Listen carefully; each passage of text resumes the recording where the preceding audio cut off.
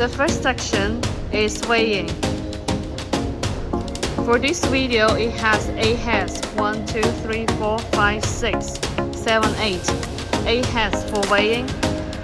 When the weighing is finished, it will drop into the box and into the clamshell.